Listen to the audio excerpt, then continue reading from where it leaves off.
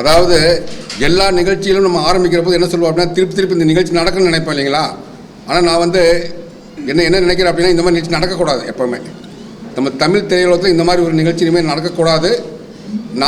நாங்கள் பண்ணதை கடைசியாக இருக்கணும். ஏன்னா துரதிருஷ்டவசமாக என்னுடைய சன் சுபாஷ் சுந்தருடைய கதை வந்து திருடப்பட்டிருக்கு.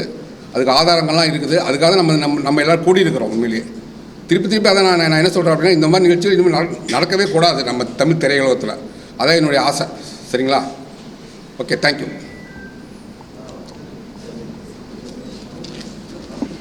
நீங்கள் கேள்வி கேட்குறீங்களா இல்லை நான் ஆரம்பிக்கலாங்களா?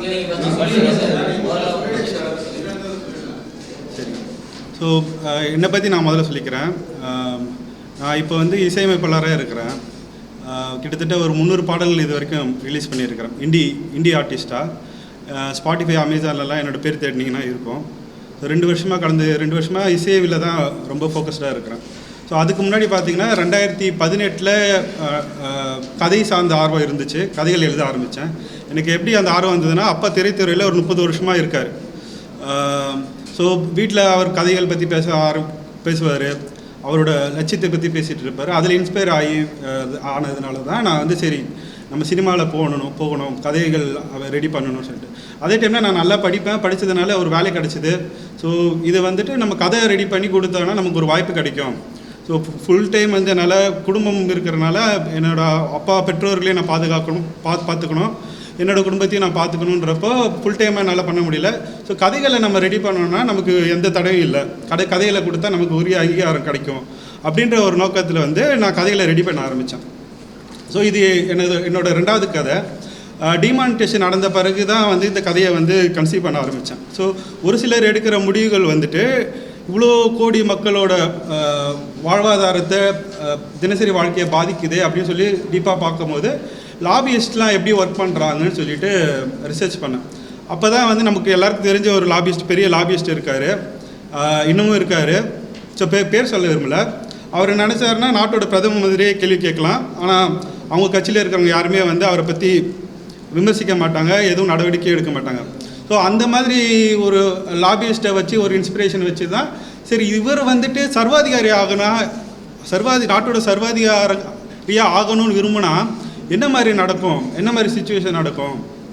ஸோ ஜனநாயகருக்கு நம்ம ஓட்டு போடுற வரைக்கும் நம்மளை வந்து அரசியல்வாதிகள் வந்து நமக்கு ஏதாவது ஒரு நல்லது செய்யணும்னு சொல்லி செஞ்சுட்டு இருப்பாங்க.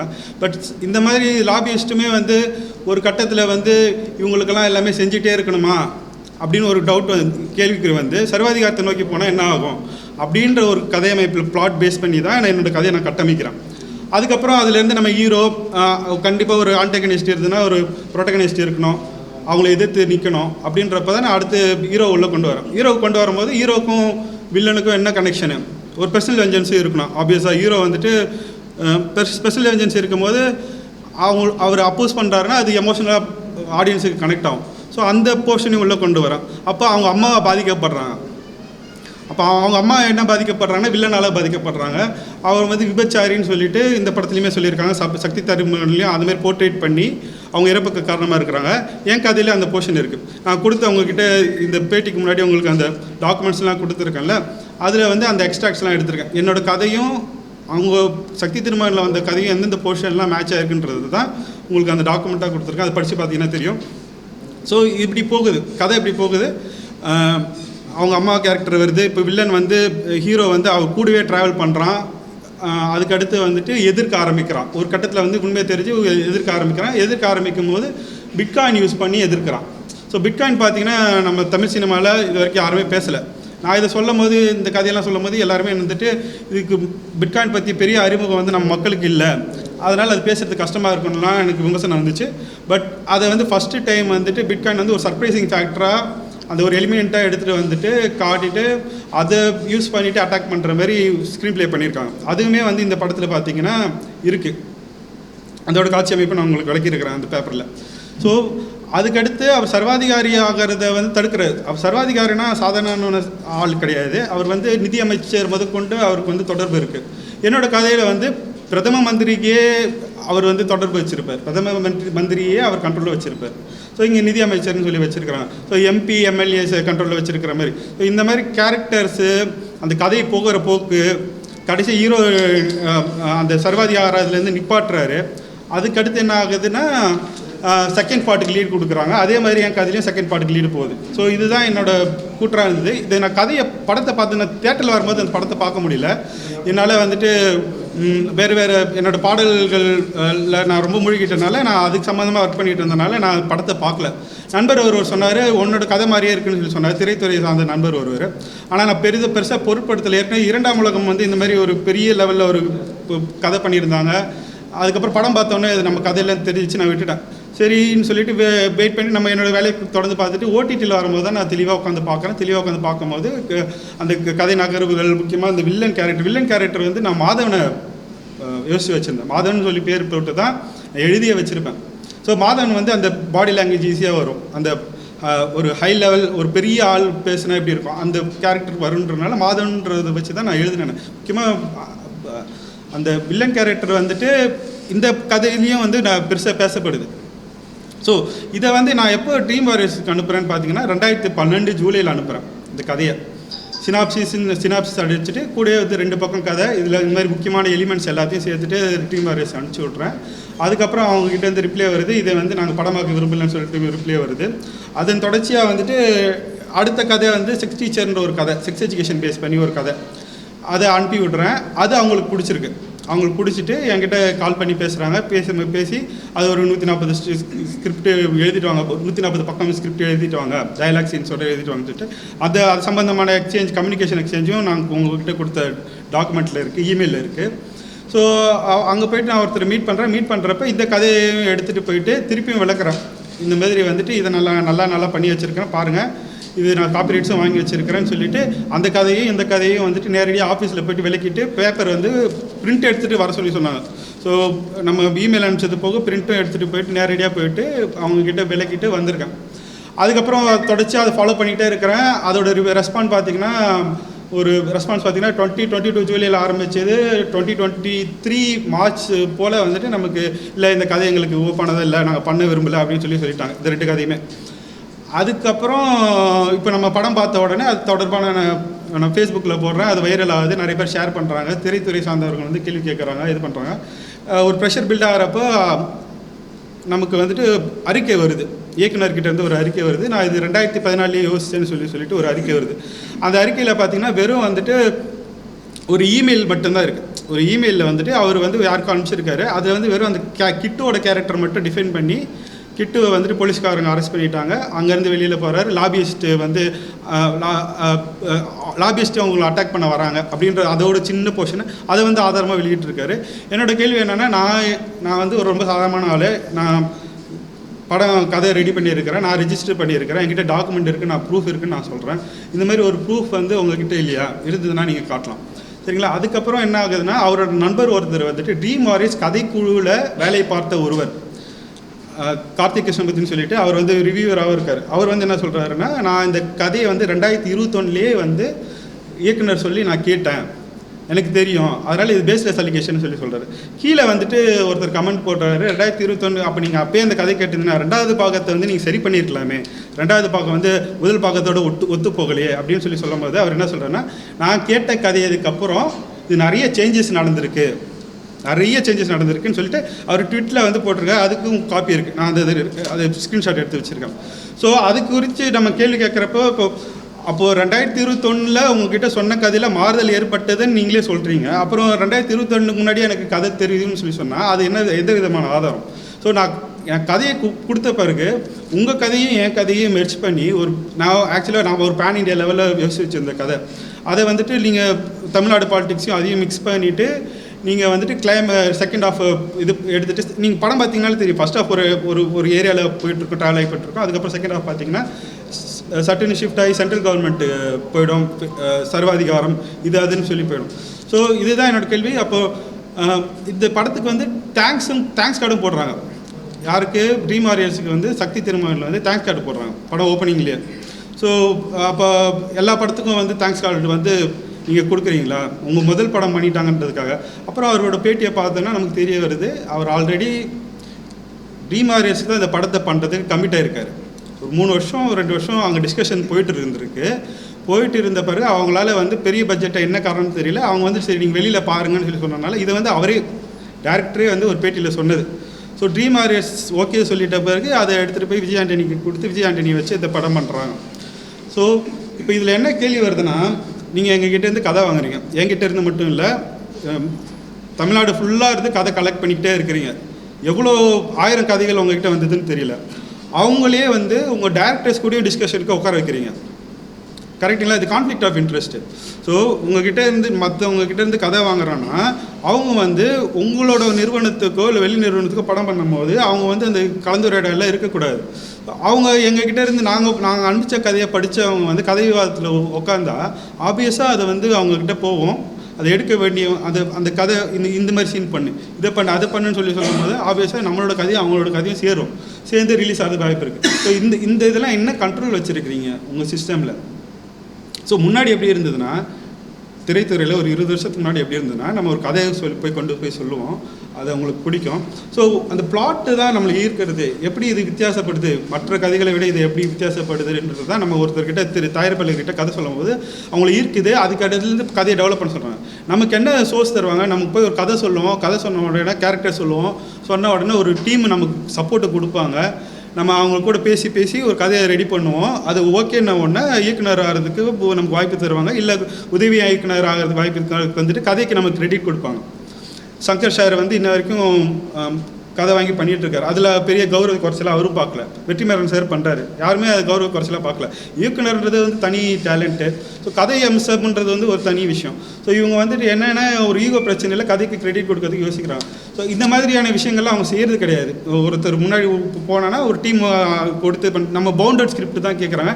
நம்ம பவுண்டட் ஸ்கிரிப்ட் உள்ளே போகும்போது சீன் பை சீன் போகும்போது அவங்களுக்கு தெளிவாக தெரியும் இவன் என்ன கதை வச்சுருக்கான், எப்படி எடுக்க போகிறான், எல்லாமே தெரியும். ஸோ இது இங்கே மாற்றிட்டா இதோட ரிசம்பிளன்ஸ் வராது, கோர்ட் கேஸில் இதெல்லாம் அவாய்ட் பண்ணலான்னு க்ளீனாக தெரியும்.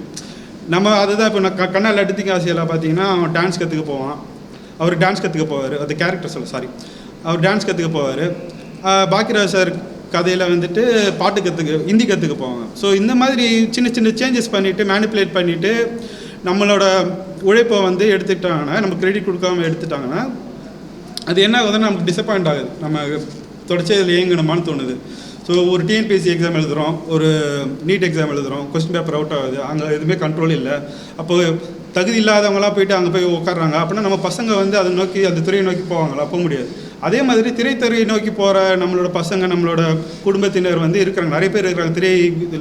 அவங்களாம் வந்து பைத்தியம் பிடிச்சி தான் சுற்றணும். பல வருடங்கள் வந்து நமக்கு ஒரு வாய்ப்பு கிடைக்கலையேன்னு சொல்லிட்டு ஒரு நல்ல கதையை கொடுத்துட்டோன்னா அது வர முடியலன்னா அவங்களால வந்து வேறு தொழிலுக்கும் போக முடியாது. குடும்பத்தில் எவ்வளோ அசிங்கம். ஸோ இந்த மாதிரி ஏதாவது ஒரு கண்ட்ரோல் இருக்கணும்.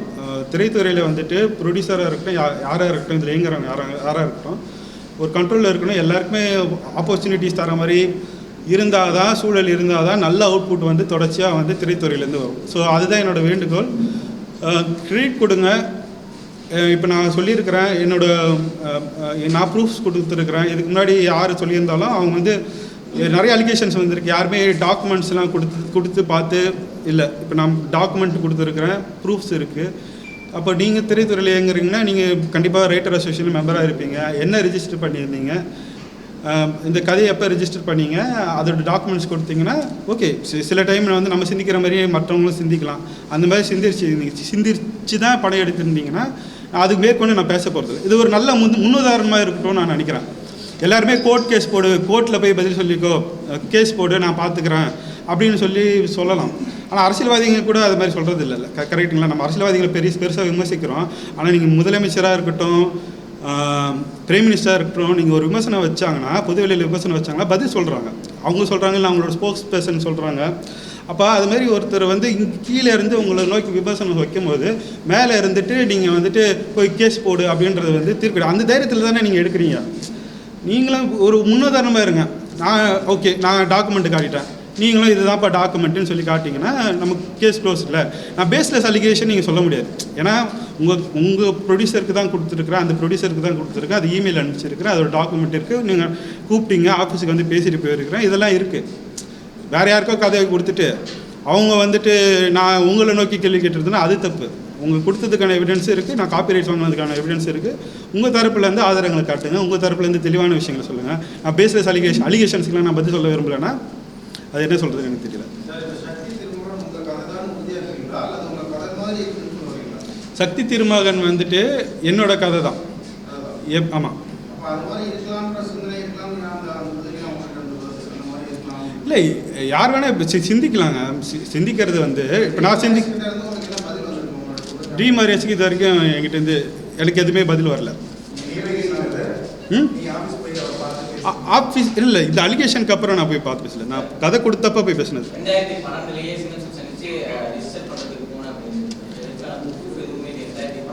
2012 நான் சொல்ல 20. ஆமாம், தப்பாக சொல்லிவிடு. 22. 2022 சாரி 2022 சாரி ரொம்ப சாரி. டாக்குமெண்ட்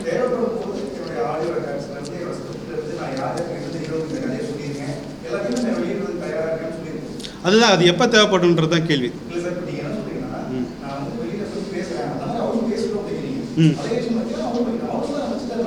இல்லை அதுதான் அந்த ப்ரூஃப் தான் சொல்கிறேன். அந்த ப்ரூஃப் டாக்குமெண்ட்டாக ஒரு இமெயில் கொடுத்துருக்காரு. அதில் கிட்டு கேரக்டர் மட்டும்தான் டிஃபைன் ஆயிருக்கு. கிட்டு கேரக்டர் வந்து ஒரு ஸ்கேமரு, அதே மாதிரி ஸ்கேமர் வந்து சதுரங்க வேட்டையில ஒரு ஸ்கேமரு, சரிங்களா? அதே மாதிரி இன்டர்வல் போர்ஷனில் வந்துட்டு அவர் வரும்போது பிரிண்ட் அவுட் ஜெராக்ஸ் வந்துகிட்டே இருக்க போர்ஷன், இவன் எவ்வளோடா பண்ணான்ற மாதிரி ஒரு போர்ஷன் முடிச்சிருப்பான். அதே தான் அங்கே அதில் எழுதியிருக்காரு.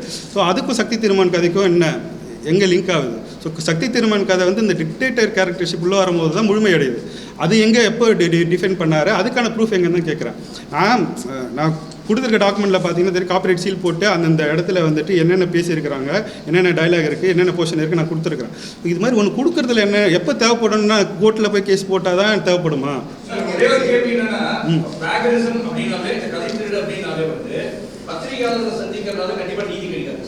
கண்டிப்பா எங்க நீங்க சோஷியல் மீடியால எழுதினாலும் எதுவுமே கிடைக்காது. இப்போ அவங்க தவறே செய்திருக்காங்கன்னா நீங்க அன்டில் அதர்வைஸ் நீங்க லீகலா ஆக்ஷன் எடுக்காம கிடைக்காது. நீங்க வந்து அவங்க சப்மிட் பண்ணணும்னு சொல்லி இவங்க யார் எடுத்தாலும் யார் இதுக்குனாலே நிறைய பிரச்சனைகள் வந்திருக்கு. வருண் ராஜேந்திரன் ஒருத்தருக்கு சிக்கியிருக்காரு இந்த சர்க்கார் மேட்டர்லாம்.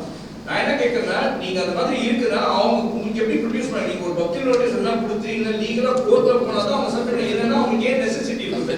இப்போ உங்களே ஒருத்தர் கேட்கறாங்கன்னு சொன்னாங்க, நீங்க ஒரு படம் பண்ணும்போது இது என்னோட கதை அப்படின்னு ஒருத்தர் கிரியேட் பண்ணாரு, நீங்க கொடுக்க மாட்டீங்க. போய் கோர்ட்ல போய் பாருங்க தான் சொல்றீங்க. நியாயமான கேள்வி சார், நியாயமான கேள்வி. ஸோ என்னோட விஷயம் என்னென்னா, நானும் வக்கீல் லாயர்ஸ் கிட்டலாம் பேசிகிட்டு இருக்கிறேன், சரிங்களா? என்னோட இந்த மாதிரி டாக்குமெண்ட்ஸ்லாம் ரெடி பண்ணியிருக்கேன். உங்ககிட்ட கொடுத்தேன் பார்த்தீங்களா, அது மாதிரி டாக்குமெண்ட்ஸ் ரெடி பண்ணிகிட்டு இருக்கேன். அவங்ககிட்ட பேசின ஆடியோ ஏதாவது இருக்குதான்னு நான் செக் பண்ணியிருக்கேன். ஏன்னா 2-3 வருஷத்துக்கு முன்னாடி பேசினது. ஸோ ஆதாரங்கள் எல்லாம் திரட்டிய பிறகு கரெக்டான ஒரு எல்லாமே ரெடி பண்ணிவிட்டு கோர்ட்டில் ஃபைல் பண்ணும் போதே கரெக்டான பக்கவாக எல்லாமே ஃபைல் பண்ணுற மாதிரி நான் திட்டமிட்டு இருக்கேன். அது பண்ண தான் போகிறேன். ஏன்னா இந்த அலிகேஷன் நான் வந்து டியூஸ்டே வச்சேன். அதுக்கப்புறம் கண்டினியூஸாக வந்து எனக்கு கால் வந்துகிட்டே இருந்தது மீடியாஸில். ஸோ பேசிகிட்டு இருக்கேன், அங்கே போய் பேசிகிட்டு இருக்கிறேன். எனக்கு நான் என்ன நம்பினேன்னா, சரி அவ்வளோ தூரம் போவேனா, நமக்கு வந்துட்டு ஒரு ரெஸ்பான்ஸ் வரும்னு நம்பினேன். எனக்கு எந்த ரெஸ்பான்ஸும் வரல. வந்த ரெஸ்பான்ஸுமே வந்து ஒரு வேலிடாக இல்லை. ஸோ அதனால தான் திருப்பி என்ன ரெஸ்பான்ஸ்னா சார், அதுதான் சார் நான் வந்து என்னென்னா திருப்பி அதை தான் சொல்கிறேன். நான் ஆதாரம் கொடுத்துருக்கேன். கிரெடிட் கொடுத்தா போதும் சார், கிரெடிட் கொடுத்தா போதும். அதுதானே சார் எல்லாருமே பண்ணிகிட்ருக்காங்க. ஒரு கிளைமேக்ஸ் மாட்டாமல் 1 வருஷம் உட்காந்துட்டு இருக்கவங்களாம் நான் பார்த்துட்ருக்குறேன். ஒரு கிளைமேக்ஸ் மாட்டாமல் இல்லை சில வார்த்தைகள் வராமல் பாடல்கள் வந்து நின்று போகிறதெல்லாம் நான் பார்த்துட்ருக்கேன். ஆமாம், கிரெடிட் இப்போது திரைத்துறையில் வந்து இப்போ நம்ம கேஸ் போட்டு ரொம்பவும் போயிட்டோன்னா, ஒரு எக்ஸ்ட்ரீமுக்கு போயிட்டோன்னா அதுக்கப்புறம் வாய்ப்புகள் வந்து மறுக்கப்படலாம். ஸோ அவங்க வந்து அவங்க மட்டும் கிடையாது, அவங்கள சார்ந்த குடும்பம் இருக்குது. அவங்க குடும்பங்களில் வந்து ப்ரொடியூசர்ஸ் இருக்கிறாங்க. ஒரு பெரிய நெட்வொர்க் மாதிரி இயங்குது. ஸோ எல்லாருமே இது அலிகேஷன் சொல்கிறோம். அதுதான் இப்போ நான் சார் சொன்ன மாதிரி கேஸ் எல்லாமே இது கேள்வி கேட்குறாங்க. நீங்கள் கேஸ் போடாமல் வெறும் பொதுவெளியில் வந்து குற்றச்சாட்டு மட்டும் வச்சுட்டு இருந்தால் உங்களோட கூட்டில் ஆதாரம் இல்லையே, ஒரு வலு இல்லையேன்னு சொல்கிறாங்க. ஸோ கேஸ் போடுறதுக்கான முயற்சிகளாக நடந்துட்டுருக்கு. அதாவது ஆதாரங்கள் இது பல வருடங்களுக்கு முன்னால் நடந்ததுனால நான் டிஜிட்டல் ரெக்கார்ட்ஸும் இப்போ ஒரு ஆதாரம் தான். ஸோ டிஜிட்டல் ரெக்கார்ட்ஸ்லாம் கலெக்ட் பண்ணிகிட்டு இருக்கிறேன். அது பழைய நான் என்னோடய ஃபோனில் சேவ் பண்ணி வச்சது அதெல்லாம் எடுத்து ரிட்ரை பண்ணோம். எல்லாத்தையுமே அரேஞ்ச் பண்ணிவிட்டு நான் கேஸ் போடுவேன். ஒரே ஒரு விஷயம் சார், நான் கேட்கறது என்னன்னா, நீங்கள் கதை உங்களுது அப்படின்றத அவங்க நிரூபிச்சா போதும் அப்படின்றீங்களா, இல்லை அவங்க பணம் கொடுத்தா போதும் அப்படிங்களா? ரெண்டுல எது நடக்கும்னு நீங்கள் நினைக்கிறீங்க? கதை உங்களுடைய அந்த ஒரு இது இருந்தால் போதும் நினைக்கிறீங்களா, இல்லை உங்களுக்கு எல்லா உழைப்புக்கான அங்கீகாரம் தான் சார். ஊதியமும் வேணும். ஊதியமும் வந்து எல்லாருமே எதிர்பார்க்கறது தான். அங்கீகாரம் வந்து முக்கியமான விஷயம். சரிங்களா? நான் அதுதான் சொல்கிறேன். எனக்கு ஏதோ ஒரு சின்ன அமௌண்ட்டு கொடுத்துருந்து, சின்ன அமௌண்ட்டு கூட கொடுக்க தேவையில்ல, உங்களுக்கு பேர் கொடுக்குறேன், ஒரு சின்ன கிரெடிட் கொடுக்குறேன்னு சொல்லி என்ன கூப்பிட்டுருந்தா நான் கதையில் வந்து நிறைய உதவி செஞ்சுருப்பேன். சரிங்களா? நீங்கள் ஷிஃப்ட் பண்ணுறீங்க நிறைய வந்து. இப்போ பார்த்தீங்கன்னா சங்கர் சார் படம் எடுத்திருப்பாரு. எப்படி எடுத்திருப்பாரு? லஞ்சம் வாங்குறதும் தப்பு, லஞ்சம் கொடுக்கறதும் தப்புன்னு சொல்லி சங்கர் சார் படம் எடுத்திருப்பாரு. இவங்க சீன் பண்ணுறேன்னு சொல்லிட்டு இப்போ ஹீரோ வந்து ஸ்கேம் பண்ணியே ஆகணும். நானும் ஸ்கேம் பண்ணுறத ஒரு ஸ்கீம் வச்சுருக்கிறேன், ஒரு சீன்ஸ் வச்சுருக்கிறேன். அது வேறு மாதிரி இருக்குது. அங்கேருந்து அது அப்படியே எடுத்துட்டா மேட்ச் ஆகிடும்னு சொல்லிட்டு வேறு ஒரு சீன் பண்ணுறாங்க. என்ன பண்ணுறாங்கன்னா, லஞ்சம் வாங்க கொடு, ஆனால் அந்த காரியத்தை ஒழுங்காக செஞ்சு கொடு. இது அரசியலாக சார்? பெரியாரை உள்வாங்கினவங்க வந்து இது அரசியலாக பேசுவாங்களா? ஒரு ஜட்ஜை வந்து திருப்திப்படுத்துறதுக்கு நீ வந்து ஹோட்டலுக்கு கூப்பிட்ற எல்லாம் பண்ணி விட்ற. அப்போ அந்த ஜட்ஜு யார் திருப்திப்படுத்துறதுக்கு ஒரு தீர்ப்பு சொல்லியிருப்பாரு. அந்த தீர்ப்பு சொல்கிற இடத்துல உங்கள் அம்மா இருந்தாங்கன்னா, உங்கள் அம்மா மாதிரியான ஒரு ஆள் இருந்தாங்க, ஹீரோட அம்மா மாதிரி ஒரு ஆள் இருந்தாங்க, பாதிக்கப்பட்டிருந்தாங்கன்னா, இப்போ நீ எந்த நேரத்துக்காக போராட்டணும்னு ஒரு விஷயம் இருக்குல்ல. இந்த மாதிரி குழப்பங்கள்லாம் நான் தீர்த்து வச்சுருப்பேன்.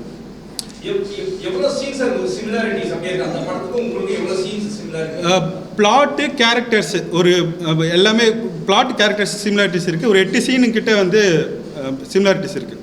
ஸோ அதெல்லாம் டிஃபைன் பண்ணி தான் உங்களுக்கு அனுப்பிச்சிருக்கேன். ஆமாம், டோட்டலாக ஒரு 70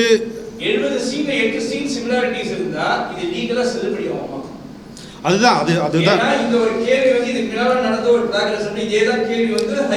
இது கரெக்ட் சார், கரெக்ட் சார். இதில் ஒரு சிக்கல் இருக்குது சார். இப்போ வந்துட்டு இவங்களே வந்து அந்த டைட்டிலில் ஒரு பிரச்சனை வந்துச்சு, பராசக்தி டைட்டிலில். சரிங்களா?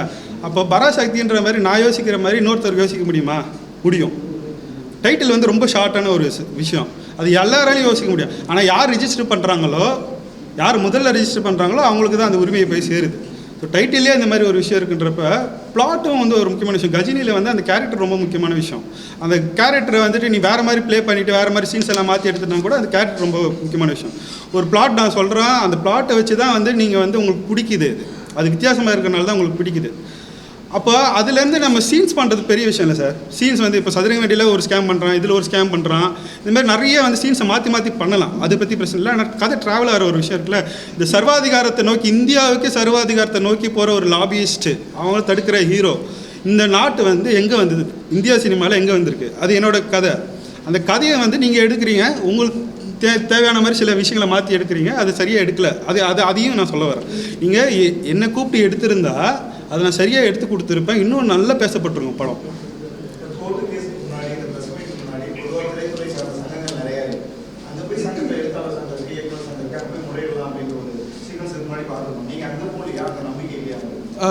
என்ன நம்பிக்கை இல்லைன்னு இல்லை சார், நமக்கு தொடர்புகள் இல்லை. அப்பா வந்து இருக்கார், அப்பா அங்கே இருக்கார், அப்பா ரிஜிஸ்டர் பண்ணியிருக்காரு ரைட்டர் அசோசியேஷனில்.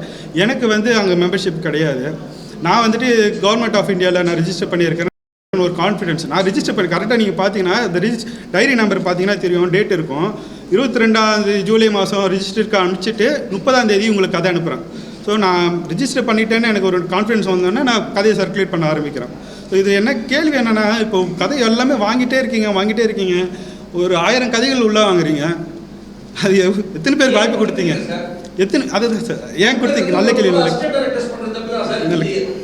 இந்த கதை திருட்டு நடக்கிற காரணமே எனக்கு வாய்ப்பு கிடைக்குமா அப்படின்னு சொல்லிட்டு நீங்க மெயில் அனுப்புறதோ இல்ல அவங்க கிட்ட போய் சினாப்சிஸ் கொடுக்கறது உங்க தப்பு. உங்க மேல நம்பிக்கை இருந்துச்சுன்னா நீங்க தரமான ஒரு இயக்குனர் ஒரு ப்ரொடியூசர் போய் அணுகலாம். அதை விட்டு கேட்கறவங்க கிட்ட நீங்க கொடுத்துட்டே இருந்தீங்கன்னா இந்த கதை திருட்டு முடிவே வராது.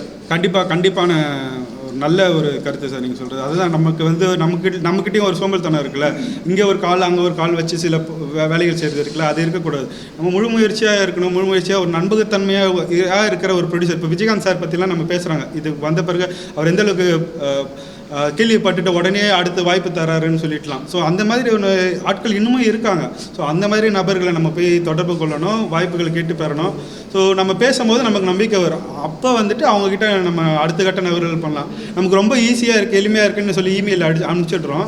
அது வந்து இந்த மாதிரி ஒரு பெரிய கஷ்டத்தில் கொண்டு போய் விட்டுருது. நீங்கள் தான் சார் கரெக்டாக எனக்கு அட்வைஸ் பண்ணியிருக்கிறீங்க. போலீஸ் கம்ப்ளைண்ட் கொடுக்கணும்னு சொல்லிட்டு. ஸோ அதை துரிதப்படுத்துவேன், கம்ப்ளைண்ட்டை துரிதப்படுத்துவேன். அதான் கோர்ட் கம்ப்ளைண்ட் வந்து அதை துரிதப்படுத்துவேன்.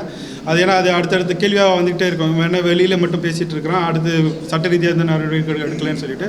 ஸோ அதை சார்ந்து போவேன் சார்.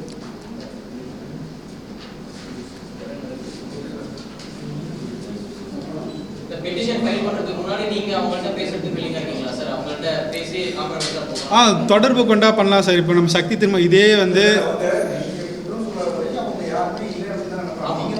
நீங்க தானே உங்களுக்கு பிரச்சனைனா நீங்க தானே சார் தேடணும். அவங்க யார்கிட்ட போக முடியாது. படம் ரிலீஸ் ஆயிடுச்சு சார், OTT ல வந்துருச்சு. அதாவது வாய்ஸ் கேட்குறதுன்னு ஒன்று இருக்குல்ல, நம்மளோட வாய்ஸை கேட்குறதுன்னு ஒன்று இருக்குல்ல. நம்ம அதுதான் சொல்கிறேன், ஜூலை மாதம் கொடுத்த கதைக்கு வந்து அடுத்த வருஷம் மார்ச்சில் வந்து கன்க்ளூட் பண்ணுறாங்க, இழுத்தடிச்சிட்டே இருக்கிறாங்க. ஸோ இதை மாற்றுங்க அதை மாற்றுங்க இதை மாற்றுங்கன்னு சொல்லிட்டு நமக்கு சொல்கிறாங்க. நம்ம மாற்றி மாற்றி தரோம், கேரக்டர்ஸ் ஆட் பண்ணிவிட்டு சீன்ஸ் ஆட் பண்ணிட்டு இது ரொம்ப குழப்பமாக இருக்குது, வெப் சீரிஸை தான் பண்ண முடியுன்றாங்க. ஸோ இந்த மாதிரி நடக்குது. ஸோ நம்ம போனோன்னா ஒரு 3/4 மணி நேரம் காக்க வைக்கிறது, இது மாதிரி விஷயம்லாம் இருக்குது. நான் போயிட்டு இங்கே போய் என் கதையை எடுத்துட்டீங்க பாருங்கன்னு சொன்னால் யார் கேட்பா? ஆமாம், அதுதான் சார் சொல்கிறேன். இப்போது அதே மாதிரி முயற்சிகளை வந்து நிறைய பேர் இப்போது புருஷோத்தமன் சொல்லி ஒருத்தர் இருக்கப்பட்டிருக்காக கேஸ் போட்டிருக்காரு. அதே தயாரிப்பு நிறுவனத்து மேலே கேஸ் மூவே பண்ணுறாரு. அவர் என்கிட்ட பேசினார் இது நடத்த பிறகு. அடுத்து கருப்பு படத்துக்கு கதையை வந்து நான் சினாப்சிஸ் கொடுத்தேன்னு சொல்லிட்டு இன்னொருத்தர் தினேஷன் சொல்லிட்டு ஒருத்தர் என்கிட்ட பேசுகிறாரு. அவங்களுமே வந்து இதே மாதிரி போயிட்டு மெயில் போட்டு கேட்குறாங்க, இல்லை கால் பண்ணி கேட்குறப்ப it is மியர் coincidence. The similarities between your story and our story is mere coincidence அப்படின்னு ஒரு ரெஸ்பான்ஸ் கொடுக்குறாங்க. ஸோ அவங்களுக்குமே அந்த சீரியஸ்னஸ் தெரியல. ஒரு இப்படி ஒரு ரெஸ்பாண்ட் பண்ணிட்டானா அவங்க எல்லாருமே போயிடுவாங்க, கலைஞ்சி போயிடுவாங்க. அதுக்கப்புறம் இந்த அவங்களுமே நொந்து போய் தான் பேசுகிறாங்க. பேசுகிறவங்களுமே என்ன சார் பண்ணுறது, ஏற்கனவே வாழ்க்கை ஒரு பாதி வாழ்க்கை போயிட்டுருக்கோம், அடுத்து நம்ம ப்ராஜெக்டை நோக்கி போகிறதா, அடுத்த ப்ராஜெக்டை நோக்கி போகிறதா, இல்லை இவங்ககிட்ட சட்ட ரீதியாக போராட்டத்தில் போகிறதான்னு இருக்கும். அதுதான் பிரச்சனை.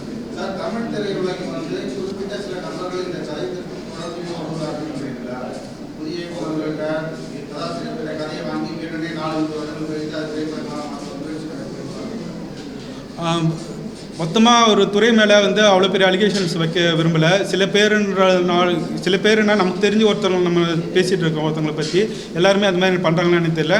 நான் தனஞ்சயன் சார்கிட்ட நான் கதை கொடுத்தேன், அவருக்கும் பிடிச்சிருந்தது, பேசினார். எனக்கு வந்துட்டு நான் கொடுத்த பேப்பரை ரிட்டன் பண்ணுறேன், நான் பவுண்டட் ஸ்கிரிப்ட் கொடுக்குறேன், அதை வந்து அது வந்து ஒரு சிக்னல் இல்லை, நான் என்கிட்ட இந்த கதை இல்லைப்பா, நான் திருப்பி அவங்ககிட்ட கொடுத்துட்டேன்ப்பான்னு சொல்லிட்டு அதே அது பண்ணிக்கலாம். இல்லை அதுதான் நான் சொல்கிறேன், ஒரு சிக்னல்னு சொல்கிறேன். அது ஒரு நல்ல ஒரு இதுன்ற நீங்கள் அதை வச்சுட்டு இருந்தீங்கன்னா இப்போ அவர் நம்பி நம்ம கொடுக்குறோன்றப்ப அவர் அட்லீஸ்ட் ஒரு கண்ட்ரோல் வச்சுக்கலாம். இந்த அதை வைக்கிற லாக்கர் அவர் கண்ட்ரோலில் இருக்கலாம். புரியுதுங்களா? அப்போ அந்த மாதிரியான விஷயம் சொல்கிறேன். இப்போ நீங்கள் கதையில் எல்லாருமே ஒரு 10 பேர் கதையை படிக்கிறாங்க, அவங்க உங்கள் இயக்குநர்கள் கூடயும் டிஸ்கஸ் பண்ணுறாங்கன்னா அப்போ அது எங்கே கண்ட்ரோல் இருக்குன்னு சொல்லி கேட்குறேன். ஸோ எந்த அளவுக்கு நம்ம இப்போ பிளாக் செயின் டெக்னாலஜி பற்றிலாம் பேசுகிறாங்க. நம்ம இந்த கதையை அனுப்பிச்சா அதை வந்து யார் யார் ரீட் பண்ணுறாங்கன்றது வந்து டைம் ஸ்டாம்போடு இருக்கும். நம்ம பாஸ்வேர்டு கொடுத்துடலாம், அதை ஓப்பன் பண்ணி பார்க்கும்போது இவங்களாம் ரீட் பண்ணாங்கன்னு சொல்லிட்டு ஒரு அக்னாலஜ்மெண்ட் இருக்கும். அதை வச்சு ட்ரேஸ் பண்ணலாம் யார் யார்கிட்ட போச்சுன்னு சொல்கிறோம். ஸோ அதெல்லாம் எக்ஸ்ப்ளோர் பண்ணணும், இண்டஸ்ட்ரி எக்ஸ்ப்ளோர் பண்ணணும். கேள்வி ஒன்று கேட்குறேன் சார் தரமான தயாரிப்பார்கள் நம்ம எப்படி சார் அப்போ வந்து டீம்ஸ் இல்லையா சார் கேட்குறேன், எப்படி அதை நாங்கள் ஜட்ஜ்மெண்ட் பண்ணுறேன்னு கேட்குறேன். அது தெரிஞ்சுக்கிற காரணம் கிடையாது. இல்லை சார், அப்படி நம்ம கண்டுபிடிக்க முடியாது சார், ஸ்கேன் பண்ண முடியாது. கரெக்டு சார், ஒரு அற்புதமான கேள்வி கேட்டீங்க. அதுக்கு நான் விட சொல்கிறேன். தமிழ் சினிமாவில் 100 படம் வந்ததுனாக்கா 95 படம் ஜெயிச்சுது அந்த ஒரு காலகட்டம். ஏன்னா அப்போ கதையிலாக்கான ஒரு குரூப் இருந்தாங்க, ஃபஸ்ட் கிளாஸ் கதை. இன்றைக்கி ஒரு பாசமலரோ ஒரு நெஞ்சில் ஒரு ஆலயமோ ஒரு திருநாள் மூலம் மாதிரி ஒரு படத்தை எடுக்கவே முடியாது. தமிழ் சினிமா அவ்வளோ ஆரோக்கியமாக இருந்தது. நான் ஃபிலிம் ஃபார்மெட்டில் வந்தவன், டிஜிட்டல் ஃபார்மெட்டில் இதாகி இன்றைக்கி ஏஐ ஃபார்மெட்டுக்கு வந்திருக்கேன். நானும் பார்த்துட்டேன், ஒரு 50 உதவி இயக்குநர்கள் நீங்கள் சொன்ன மாதிரி தான் கதையை கொடுத்துட்டு கதையை பறி கொடுத்துட்டு மனசுக்கு வயிற்று நடக்கிற போராட்டத்தில் வயிறு தான் ஜெயிக்கும்.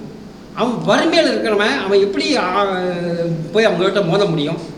இதுதான் அவங்களோட பெரிய ப்ளஸ் பாயிண்ட்டு. நீ வறுமையில் இருக்க வரைக்கும் எங்களுக்கு அடிமை, ஒன்று அடிமையாக வாழு, இல்லைன்னா போராடி சாவு. இதுதான் 2 ஆப்ஷன் தமிழ் சினிமாவில். நான் பார்த்தேன், ஒரு காலகட்டம் வரைக்கும் பார்த்தேன், அதுக்கு மேலே முடியல. இந்த மாதிரி எத்தனை உதவி இயக்குநர்கள் பாதிக்கப்பட்டு இதுக்கு ஒரு முடிவு கட்டணும்னு இது பண்ணி இப்போ ஸ்டோரி பேங்க்னு ஒரு சிஸ்டத்தை ஆரம்பிச்சிட்டேன்.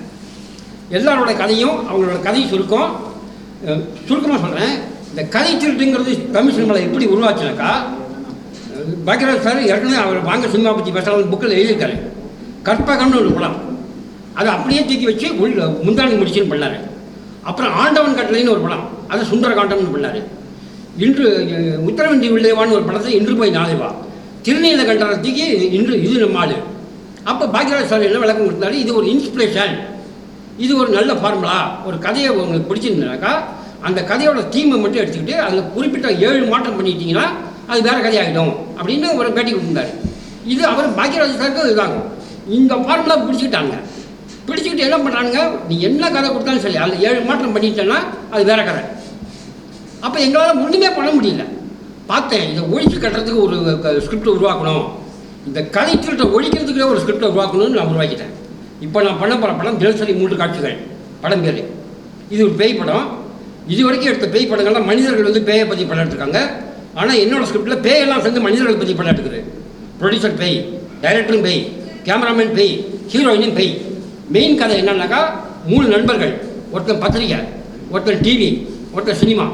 இந்த 3 பேருக்கு ஒரு பாட்டுக்கு தண்ணி போட்டு சண்டை வந்துடுது. பத்திரிகை சொல்கிறேன் நான் தான் மிகப்பெரிய மீடியாங்கிறான், டிவி சொல்கிறேன் நான் தான் மிகப்பெரிய மீடியாங்கிறான், சினிமா சொல்கிறேன் நீங்கள் 2 பேரும் என்னென்ன படிச்சுட்டீங்க நான் தான் மிகப்பெரிய மீடியாங்கிறான். பார்க்கலாமா? ஒரே பிரச்சனை கையில் எடுக்கணும், யார் ஜெயிக்கலாம் பார்க்கலாம். ஒரே பிரச்சனை கையில் எடுக்கிறாங்க, யார் ஜெயிக்கிறாங்க கான்செப்ட். இந்த கான்செப்டை அறிவுசார் சொத்துரிமை, இது என்னோட அறிவு சம்மந்தப்பட்ட சொத்து, இதை நாங்கள் ஹைகோர்ட்டில் ரெஜிஸ்டர் பண்ணி சென்சார் போர்டுக்கு ஒரு காப்பி அனுப்பிச்சிட்டேன். இதே கதையை எடுத்துட்டு நாளைக்கு எவனா வந்தான்னாக்கா சென்சார் பண்ணிங்கனாக்கா நான் உங்கள் பேரில் கேஸை ஃபைல் பண்ணுவேன், சென்சார் போர்டு அனுப்பிச்சிட்டேன். இந்த கதை திருட்ட ஒழிச்சே தீரணும் சார். ஏன்னா உதவி இயக்குநர்கள் பாவப்பட்ட சில்மங்கள், மனசு அவன் வறுமை. ஒரு கதையை உருவாக்குறதுக்கு அவன் என்ன பாடுபடுறான்னு அவனுக்கு தான் தெரியும். அவனோட ஒரே சொத்து ஸ்கிரிப்டு, அதையும் நாங்கள் பறிச்சுட்டு எளியோரை தாழ்த்தி வலியோரை வாழ்த்தும் உலகை ஒன்று சேர்ந்தால் மாறாதாங்கிற மாதிரி இதை நான் ஒழிச்சு கட்டியே தெரிவேன். இந்த கூட்டத்தில் நான் பேசுறதுக்காக வரல, இருந்தாலும் பாதிக்கப்பட்டது நானும் ஒருத்தன். 2 ஸ்கிரிப்ட் நானும் பறி கொடுத்தேன். அதனால தான் இந்த கோபத்தில் தான் வந்தேன். ஆனால் செஞ்சு சொல்லாமல் இதுவே கடைசி கூட்டமாக இருக்கட்டும். இனிமேல் கதையை திருட்டாதீங்க, எங்கள்கிட்ட கதையை கேளுங்க, நாங்கள் கொடுக்குறோம். ஒரு 5 லட்சமோ 10 லட்சமோ. பழைய டைட்டில் கார்டெலாம் நீங்கள் பார்த்துருப்பீங்க. சிற்றன்னை கதையை தழுவி தான் உதிரி பூக்கள் பண்ணார். நிறைய கதைகள் மூல கதையை தழுவி திரைக்கதை அமைக்கலாம், நிறைய சொல்லலாம் சார். அதனால் இந்த கொடுமையின்மை எந்த உதவிகளும் நடக்கக்கூடாது. அந்த ஒரே நம்பிக்கையால் தான் இந்த கூட்டத்துக்கு வந்திருக்கேன். இதுவே கடைசி கூட்டமாக இருக்கட்டும். நன்றி. அதான் நான் சொல்கிறேன், கடைசி கூட்டமாக இருக்கணும். ஆக்சுவலி திருப்பி இந்த கூட்டம் நடத்தக்கூடாது. இந்த மாதிரி ஒரு விஷயம்